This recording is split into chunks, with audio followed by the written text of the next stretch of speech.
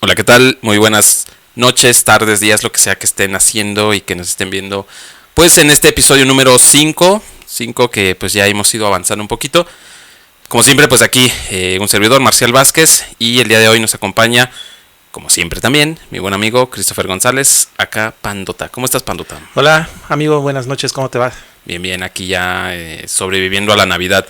Nos falta 31 y ya, güey, se acaba 2020, a ver qué pedo. Ya casi doy en 8 y pues ya aquí en el episodio número 5. Número 5, Esta canal. semana subimos dos. Dos, güey, sí, queríamos hacer un especial de Navidad que de hecho acaba de subirse hace un ratito, entonces vayan a checarlo. Está chingón, escúchenlo con sus tías, por favor.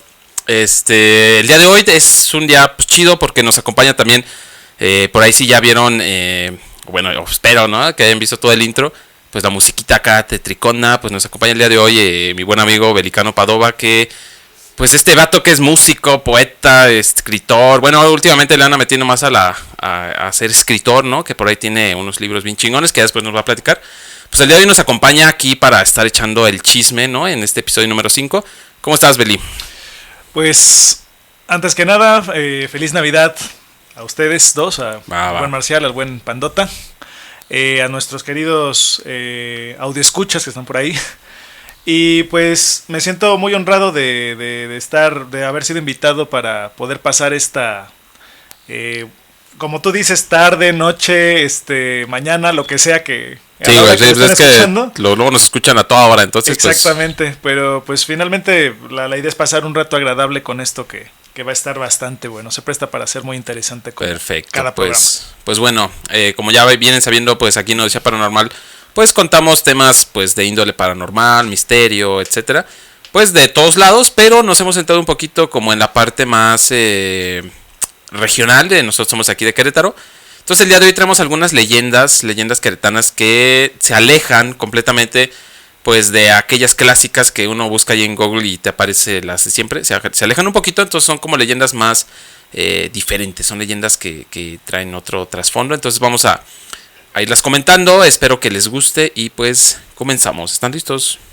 Vamos a darle, amigo. A darle caña. Perfecto, muy bien. No se sabe con exactitud cuándo fue que se dio inicio a esta leyenda. Mucha gente lugareña creció con ella y debe haber existido, y por lo mismo debió de haber existido, hace muchos años. Incluso varias generaciones atrás, por ahí estamos hablando de 1900, 1940, recuerdan que sus abuelos les advertían de la presencia de un ser que vivía en el agua. En ese entonces, muy abundante paraíso en la población conocida como La Cañada o La Cañador, ¿no? Manantiales cristalinos y un tanto paradisíacos. Allí había innumerables arroyos cristalinos, rodeados de frondosos sabinos. Desde tiempos prehispánicos en la cañada, habitaron los primeros pobladores de estas tierras, los que tenían origen chichimeca y otomís, y que por la abundancia de sus aguas lo consideraban como un santuario, y que con gran veracidad se tiene conocimiento que ahí surgieron costumbres y tradiciones que posteriormente siguen hasta nuestros días, o al menos así será. Una de las creencias o leyendas características de la cañada es la del Chan del agua, el amo y rey de las aguas, leyenda que a través de las generaciones se ha ido transformando de acuerdo a la interpretación de cada uno de los que la relatan, lo que hace parecer que este legendario ser, de una manera u otra, existió y que aún continúa en su presencia a través de los años en el imaginario colectivo, y que bueno, vamos a ver también un poco más adelante que todos estos imaginarios siguen muy presentes, ¿no? Pues hasta nuestros días, ¿no? Cuando se sentaron en la cañada los primeros pobladores, el factor determinante para que lo hicieran fue por el agua, obviamente.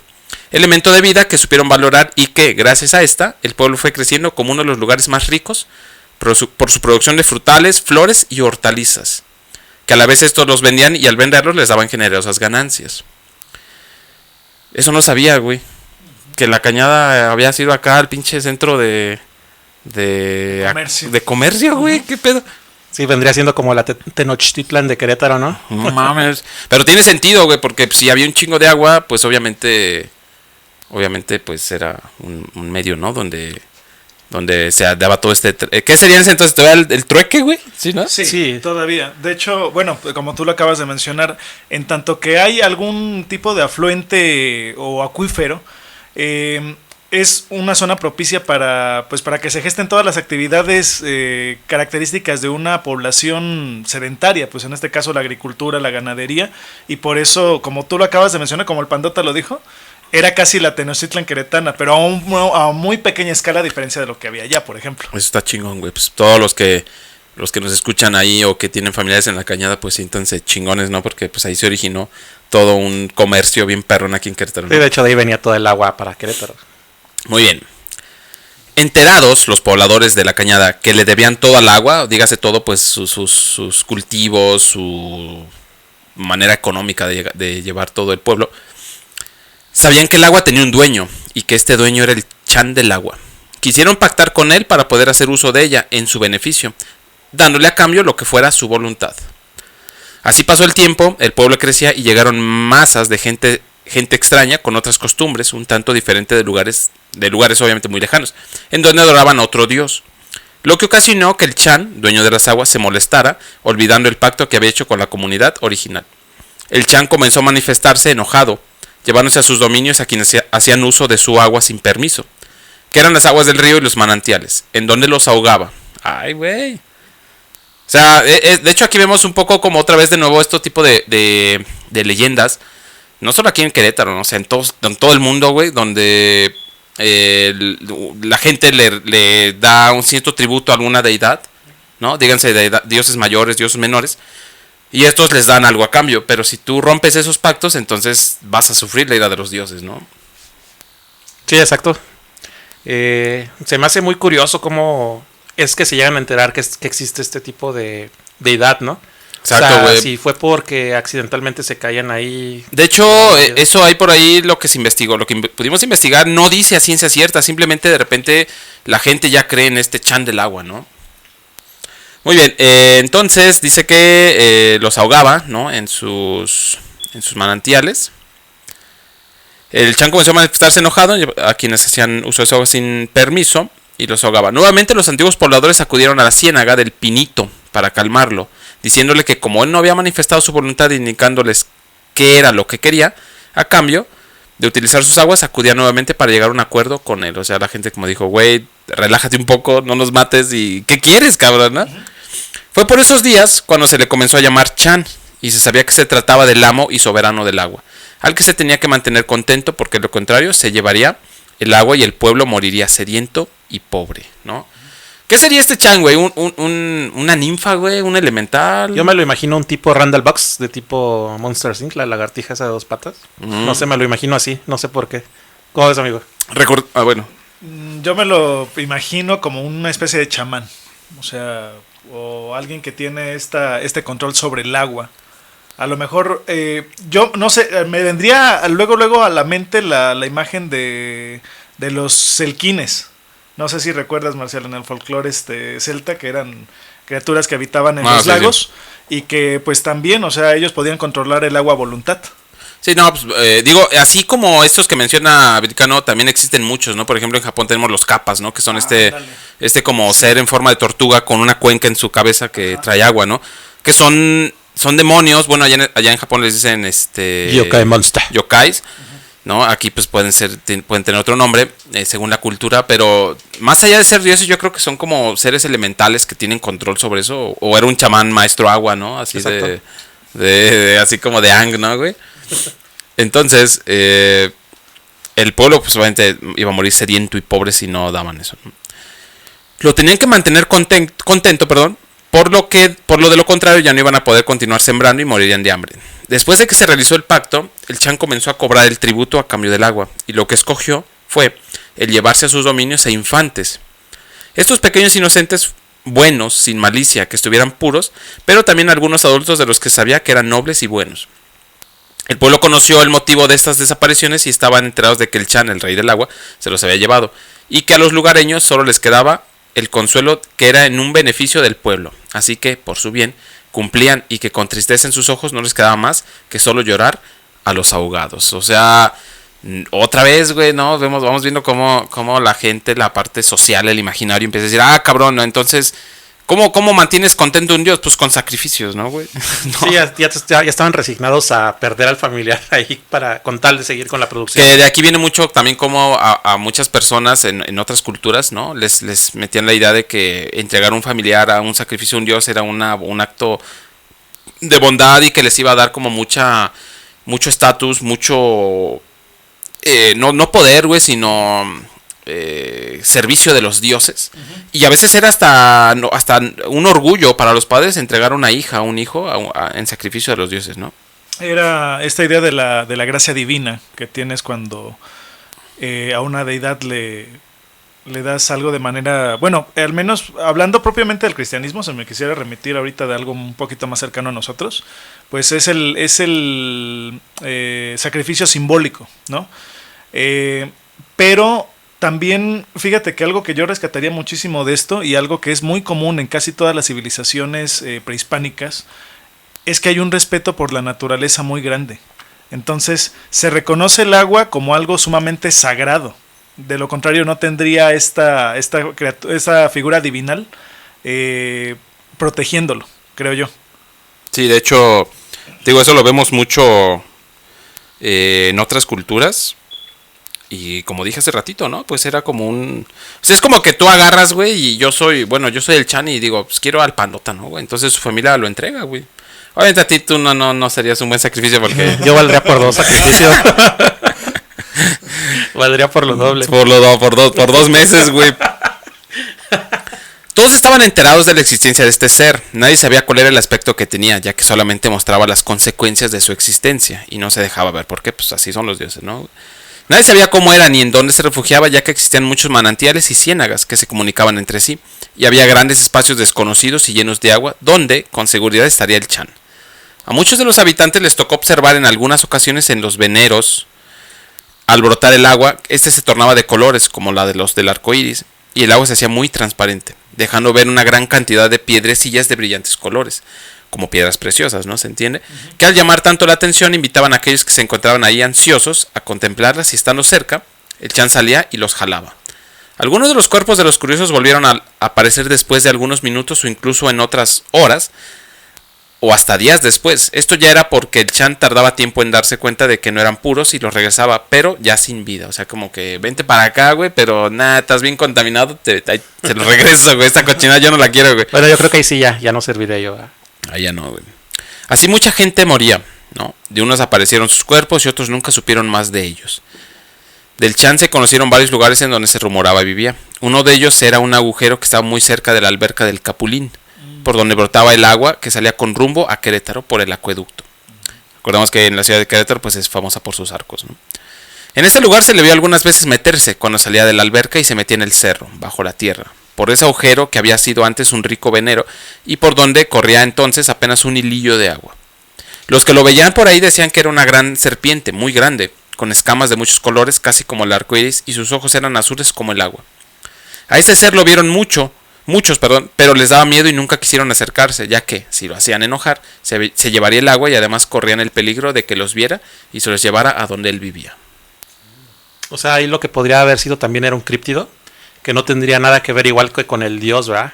Sino claro, que era tipo una lagartija que andaba por ahí, la veían y pues ya lo trataban como si fuera el Chan. Sí, recordemos que como yo siempre he dicho que entre lo real, lo paranormal está el punto medio que sería lo críptido, que sería, de hecho es un buen punto lo que menciona aquí Christopher, porque la parte críptida nos habla de seres, criaturas que si bien no pertenecen al mundo, ¿no?, sobrenatural, son seres que no se han visto, ¿no?, o que es muy difícil verlos o identificarlos. Críptidos entendemos, por ejemplo, pues Pie Grande, el Sasquatch, el demonio, el chupacabras, el demonio de Jersey, o sea, ese tipo de criaturas. Mothman. El Mothman, de hecho aquí en México hay como toda una gama muy amplia de críptidos. Por ahí estaría chido después hacer un programita especial como de críptidos de México, ¿no? O de Querétaro, güey, también estaría buena. Claro. La gente procuraba no pasar por donde tenían conocimiento que saldría el Chan. Y si lo que querían era el agua, lo hacían en lugares un tanto lejanos para lavar la ropa o bañarse. También para dar de beber a los animales. Siempre lo hacían a gran distancia, pero hasta allá llegaba el Chan y siempre con enojo se hacía notar. Unos decían que cuando estaba disfrutando de un refrescante baño en el río habían visto una enorme estrella, con muchos listones de colores, muy bonitos, y que al tocar uno de estos listones se les enredaba como si fueran tentáculos y los sumergía hasta ahogarlos.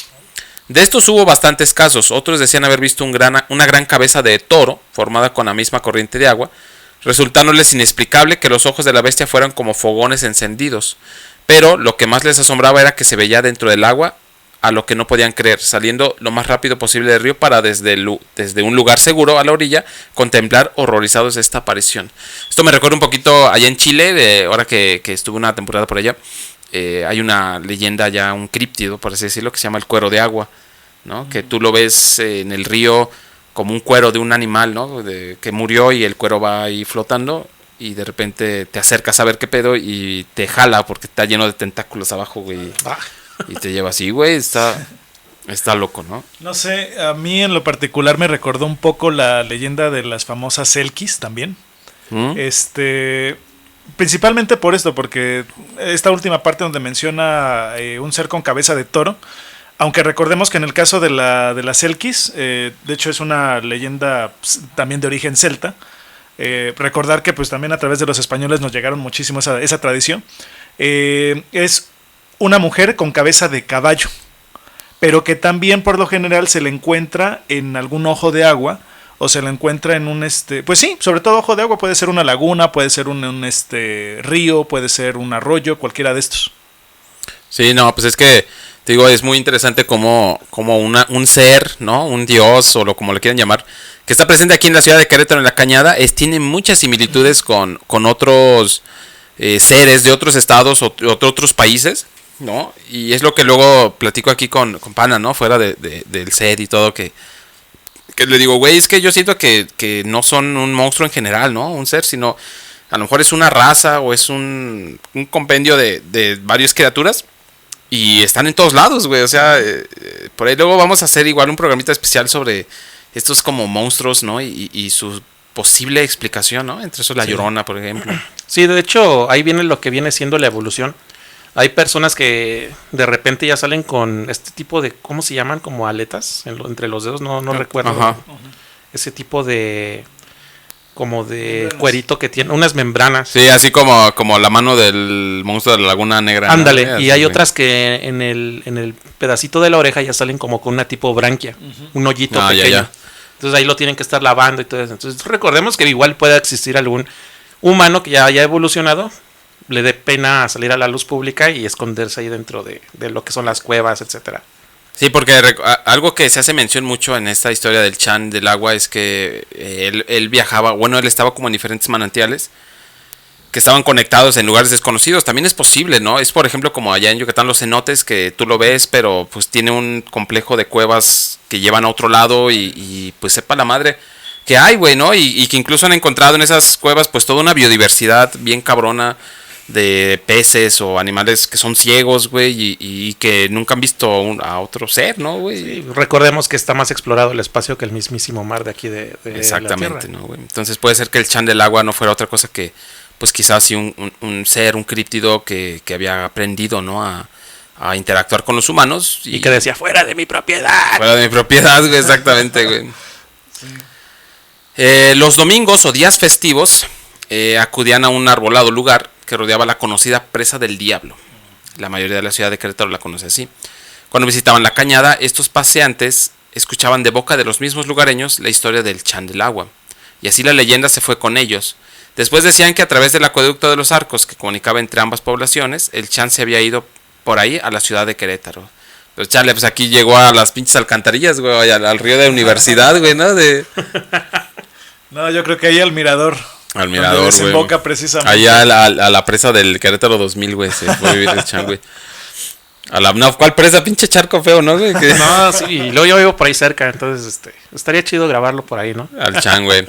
Muy pocos recuerdan que la Cañada era un pueblo de agua, en donde se tenía muy claro el valor de tan vital líquido, y que el conocimiento que el Chan la gobernaba, así que la gente procuraba siempre tenerlo contento para que no se las quitara.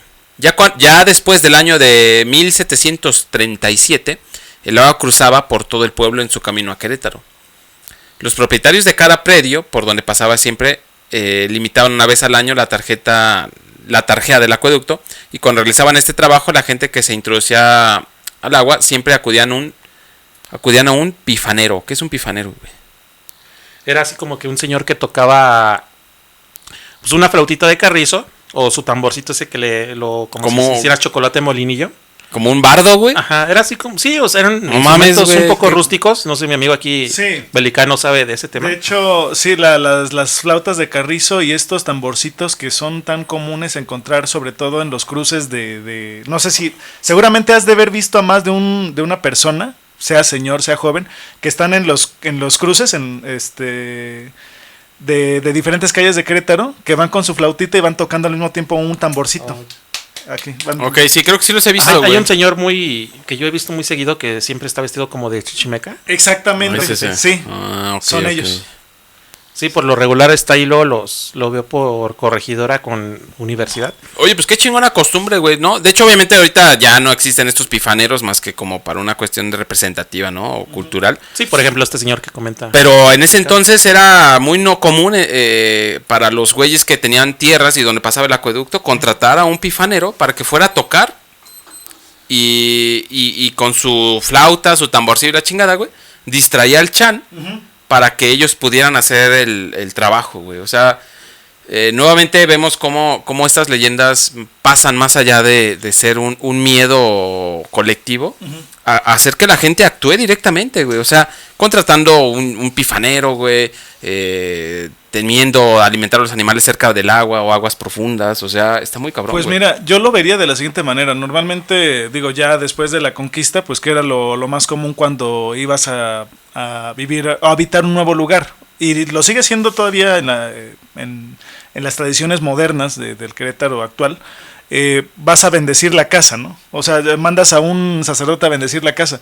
En aquellos tiempos, pues no era así. O sea, el pifanero tenía esa cualidad, la música sobre todo tenía esa cualidad de corte religioso espiritual. Entonces servía para ahuyentar a los malos espíritus. Qué loco, güey. Qué chingón, güey. Debería existir una escuela de pifaneros. Para espantar a los poltergeists. Para espantar a los espíritus chocarreros de tu casa, güey. Mira, güey, que fíjate que en estos tiempos yo creo que sería... Sí tendría éxito, güey. Deberías hacerlo, pinche Belicano, para...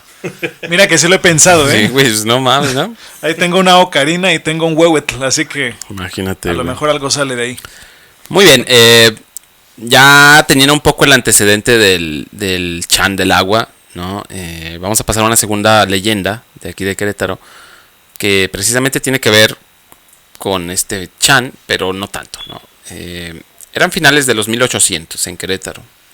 En ese momento se habían registrado constantes muertes por ahogamiento en las aguas del río Querétaro, específicamente en una represa que se encontraba en el tramo de la Cañada a Hércules. Esta represa fue construida unos años atrás como una infraestructura hidráulica para hacer funcionar unas turbinas de la ya extinta y conocida planta textil Hércules. Represa que, junto con la presa de San Isidro, almacenaban miles y miles de cantidades de agua para que se pudiera completar el sistema de bordería y almacenamiento hídrico de la ciudad de Querétaro. En este lugar se acostumbraba la visita de familias, la mayoría de la capital del estado, y por la misma gente del lugar hacían días de campo, ya que había muchas huertas con árboles frutales en lo que es la Cañada y Hércules, y era, como ya mencionamos en el relato anterior, casi un paraíso. O sea, la bandita iba pues a pasar un día de campo, pues a la trucha, ¿no, güey? Pues alegre, alejarse un poquito de, si bien estamos en los 800 que no había ese bullicio de la ciudad como hoy en día, pero pues siempre es como más rico el campo, ¿no, güey? Y alejarte, ¿no? Sí, de hecho era lo que se acostumbraba mucho en esos tiempos, que ir con la botita de vino, el picnic, claro, los cuicles ahí jugando, etcétera. Y también resaltar el contexto histórico, porque, digo, es en 1800 estamos en pleno apogeo del porfiriato.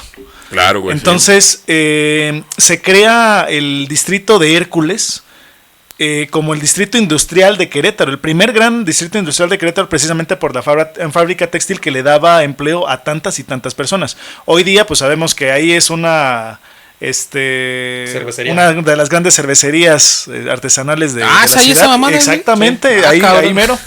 No sabía, güey. En los vestigios de la antigua fábrica textil de Hércules es donde está actualmente la cervecería Hércules, muy buena chela, por cierto. Patrocina, ¿no? Cervecería Hércules. Sí, vamos a buscar el patrocinio, yo creo. Pero sí, pues hay que recordar esa parte, ¿no? O sea, de hecho, uno va a la fecha a toda esa zona y es como es realmente estar en un Querétaro muy, pero muy antiguo.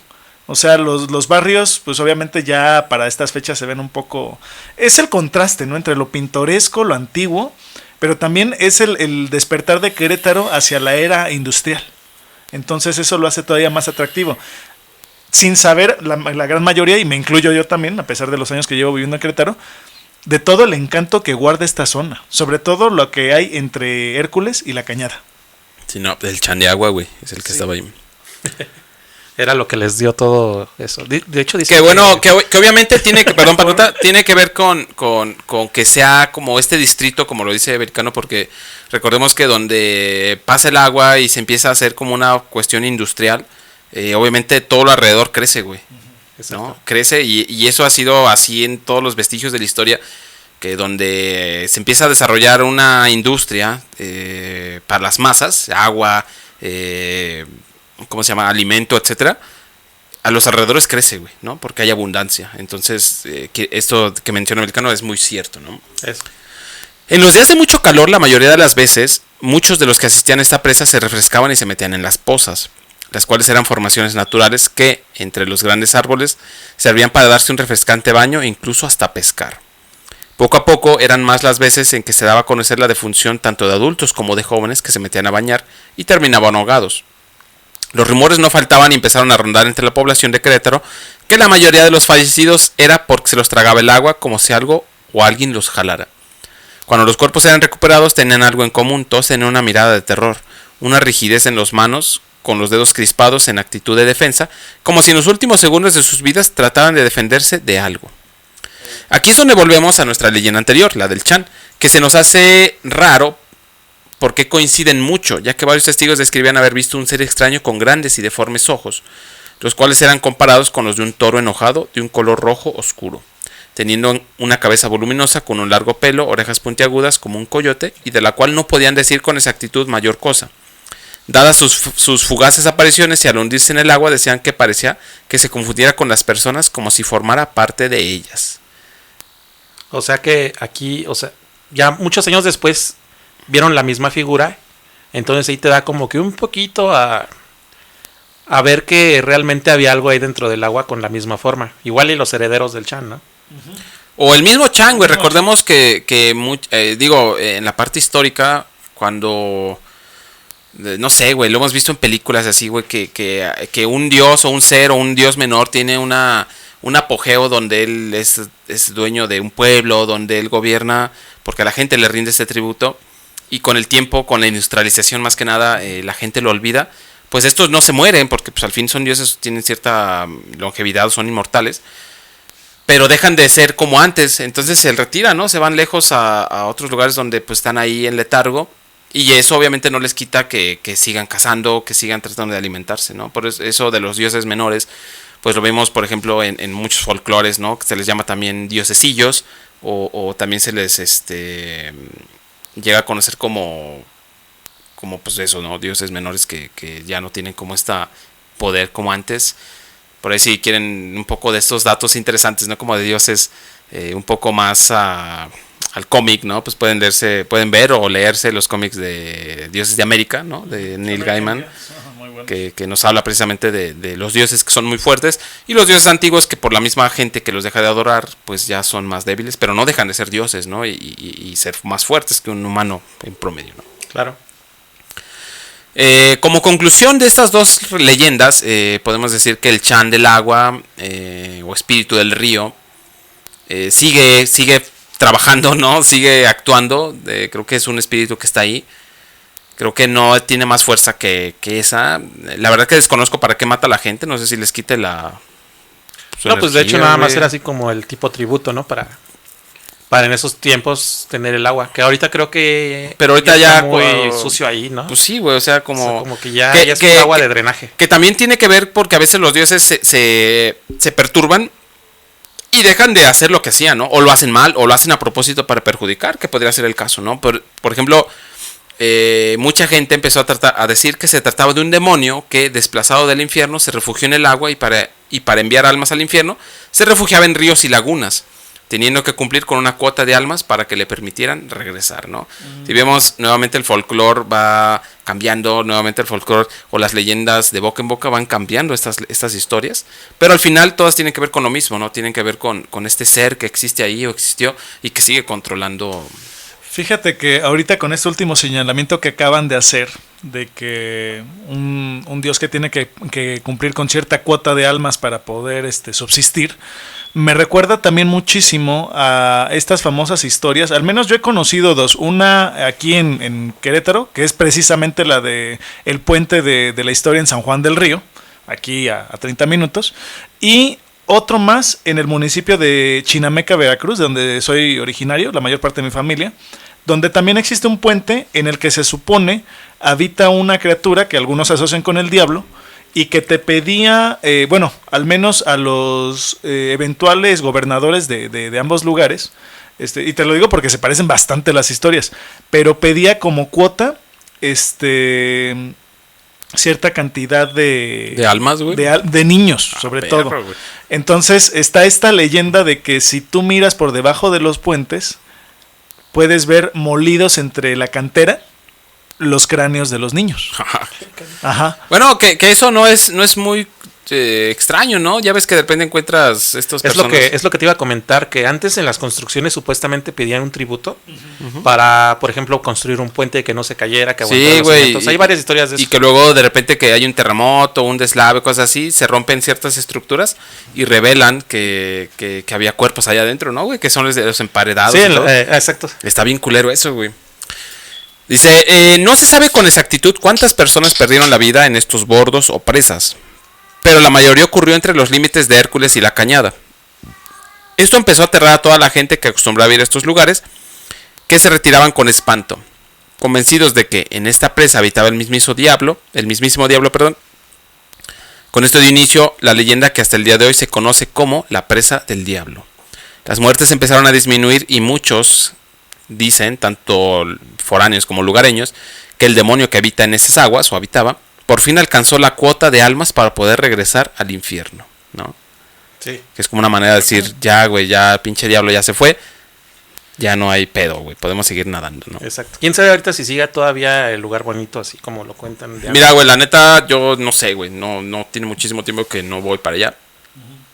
Pues igual si hay alguien de ahí de la localidad o alguien que nos escucha que haya ido últimamente, pues estaría chingón que nos contara ahí en los comentarios, pues cómo es, güey. De hecho, me pareció interesante también la leyenda que cuenta mi amigo Belicano del puente de San Juan del Río. No me acordaba de esa leyenda.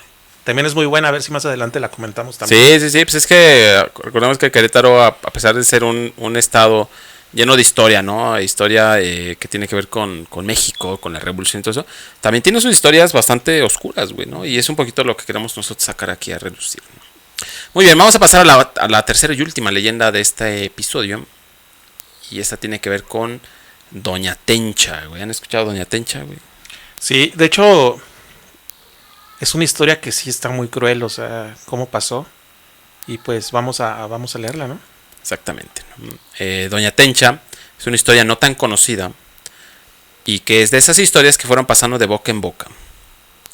Últimamente ha tenido cierta popularidad, ¿no? A nivel local, más que nada por los recorridos de leyendas entre turistas que cada fin de semana visitan Querétaro, que ahorita pues, no ha habido nada, pero es como algo muy común aquí en la ciudad. La historia de Doña Tencha, con todo y de otras leyendas que se encuentran en Querétaro, sale a relucir por lo inexplicable y macabro de su naturaleza. Y todavía más, por el hecho de que algo tan desgarrador le hubiera pasado a una persona tan buena como lo era ella. La caudalada mujer vivió por allá del siglo XIX, en una de las casas más bonitas del centro de la ciudad, que se encuentra en la esquina de las actuales calles 5 de Mayo y Pasteur, actualmente la Secretaría de Turismo. Pero, a pesar de sus cajas llenas de joyas y oro, Doña Tencha nunca pudo casarse con nadie, pues había nacido con la discapacidad de no poder caminar, por lo que se movía en una silla de ruedas. A pesar de su discapacidad, Doña Tencha era una persona amable y muy querida. Era famosa en el Querétaro de aquel entonces por ser bondadosa con sus familiares y múltiples amigos. No obstante, aunque nunca dejó de ser cariñosa, tampoco logró vencer la soledad que le causaba la ausencia de pareja. Poco a poco, los años fueron pasando y su cara se llenó de arrugas. Tencha, en su soledad, buscó lo que más anhelaba en el amor, con una mascota. Específicamente con gatos que rescataba de la calle. Su amor por ellos creció día a día hasta el punto de que su casa estaba llena de gatos a quienes cuidaba con muchísimo amor. Ah, no mames, pobrecita, güey. Sí, o sea, se me hace muy triste la historia. La Doña verdad, Tencha. Se me figura Doña Tencha se me figura la tonche, güey. Un día el destino le jugó un trágico final. Un sábado por la tarde, Doña Tencha, con una edad ya avanzada, cayó de su silla de ruedas y como era de esperarse, se encontraba sola en su casa, de gruesas paredes y techos altos, lo que evitó que los vecinos escucharan sus gritos de auxilio. Ella intentaba levantarse, pero sin éxito, no logró llegar a aquella silla de ruedas que inerte le esperaba. Pasaron los días y nadie sabía ni había visto a Doña Tencha. No fue hasta 2 semanas después, no mames, 2 semanas, que los vecinos alarmados dieron parte a las autoridades, ya que al tocar la puerta no había respuesta. Al entrar en la casa se encontraron con el cadáver de la mujer completamente magullado, con trozos de piel faltantes y sangre regada por el piso. Una rápida mirada a los hocicos de los felinos acompañantes de Tencha reveló los horribles hechos. Se la habían comido. Pues sí, güey, pues es que si ella alimentaba a los gatitos, güey, y de repente ya no había quien comiera, pues los gatos, pues son culeros los gatos, güey, o sea, son chingones, güey, pero pues no, güey, pues al final son animalitos, ¿no? Y su instinto, pues vamos a bajonearnos a la señora, güey. Recordemos que son, dentro de lo que cabe, animales salvajes caseros. O sea, no tan salvajes, pero sí, como que hay que tenerles un poquito de respeto a los gatos, güey. Sí, güey, son seres misteriosos, güey. Tras el funeral de Tencha, lleno de amigos y vecinos a quienes abatía la culpa por no preocuparse antes, la historia comenzó a contarse hasta nuestros días. Sin embargo, se ha añadido a la historia que ya muy tarde, al filo del alba, se escuchaban en la casona desesperados maullidos y gritos, presumiéndose que se trataba de un recordatorio perpetuo de que nunca recibió auxilio alguno. O sea que al día de hoy la leyenda cuenta que se escuchan esos gritos, esos maullidos horribles de gatos que denotan, ¿no?, que nunca recibió este auxilio. Esta historia me recordó a una película mexicana, güey, que se llama La Noche de los Mil Gatos, güey. Sí, de Hugo Stiglitz. Sí, güey, es muy buena esa película. Que era un vato que tenía esos gatos que se le daba de comer a sus mujeres, ¿no? Está loca, güey. Es muy buena película, la verdad. Pues, de hecho, si lo quisiéramos ver desde un aspecto más científico, bueno, volcándonos por supuesto hacia lo que es el estudio de los fenómenos paranormales, pues son psicofonías. Entonces, recordando que hay teorías que manejan que las psicofonías son este tipo de fenómenos que se dan cuando el sonido o un sonido demasiado fuerte se puede encapsular en alguna parte de un entorno propicio para ello, claro está, y que se libera en algún momento. Pero entonces, ¿es psicofonía el hecho de que tú agarres y saques, no sé, un spirit box o algo así y escuches que te habla un espíritu? Así como también una casa vieja que de repente se escuchen gritos porque están albergados en sus paredes. ¿Los dos son psicofonía? No, se supone que solamente en el segundo caso sí sería, en el primero no. Porque, bueno, te digo, finalmente es una teoría, pero se dice de que es un poco sencillo de comprender, porque recordemos que el choque de las moléculas de oxígeno genera vibraciones que a su vez se traducen en nuestro oído como sonido. Entonces hay momentos en los que ciertas cualidades acústicas de los del lugar donde puede concentrarse ese sonido se quedan atrapadas y se liberan de manera muy exponencial a lo largo del tiempo. Entonces okay. No dudaría que esos maullidos y esos gritos desgarradores sean sin lugar a dudas parte psicofonías exactamente de ese momento cuando estaba muriendo. Sí. Algo semejante a lo que algunos estudiosos de los fenómenos paranormales han detectado en la famosa casa Mijangos con los gritos de los niños cuando fueron asesinados por su madre. Que aquí no quisimos hablar de Mijangos porque ya está en la sopa, güey, ¿no? Ya. Eso sí. Lo que es la Mijangos, la Zacatecana sí, y Don Bartolo. Ya estuvo bueno, güey. Pues bueno, amigos, creo que estas fueron pues 3 leyendas de nuestra ciudad de Querétaro que si bien no son tan famosas, son interesantes, más que nada abordar un poquito como estos contextos de la Cañada, ¿no?, de Hércules o de esta señora Doña Tencha. Más o menos iremos trabajando un poquito como en algunos episodios especiales. Este sería el primero, por así decirlo, donde hablamos un poquito de leyendas poco conocidas de la ciudad de Querétaro.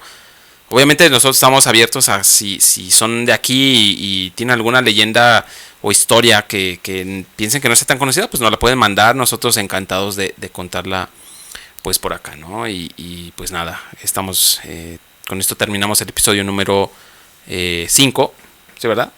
Claro, sí, es el número 5. Episodio número 5 de Odisea Paranormal. Y pues nada, qué chingón que nos haya acompañado pues este día nuestro buen amigo Belicano. Por ahí va a estar también en otros episodios. Y pues nada, Pandota. Pues sí, esta semana vamos a tratar de subir 2 episodios a la semana. Sí, estamos tratando de subir dos episodios por semana. Pues para que nos escuchen. Recuerden que nos ayudan muchísimo compartiendo. Por ahí me encuentran a mí en las redes como Orseides. A mí como Christopher González. Y pues le cedemos el micro a nuestro amigo Belicano para que nos cuente un poquito de los proyectos que trae. ¿Qué andas haciendo, carnal? Pues mira, en este momento ando por publicar mi tercer libro, que forma parte de la saga de Isgariel, un ciclo narrativo de fantasía épica al que le he estado dando muchísima difusión a lo largo de los últimos 2 años. Se llama La tragedia del heredero. Y pues, bueno, espero pronto por ahí tenerles ya noticias, al menos de la fecha tentativa, o no, más bien la fecha definitiva de lanzamiento del mismo. Al menos de momento va a ser de manera totalmente digital, a través de Amazon. Y pues bueno, mis redes sociales me pueden encontrar como Belicano Padua, o pueden encontrar mi página de autor como La leyenda del dragón de Jade. Así. Pues ya se lo saben, amigos, la neta, una excelente opción para pues, pelear con los niños. También pues, si te gusta la onda medieval, la onda fantástica, también creo que es una excelente opción. Realmente recomendado. Y pues los invitamos como siempre a que los sigan en sus redes sociales y nos sigan también a nosotros. Suscríbanse, den el like, es gratis, banda, la neta, no sean malos.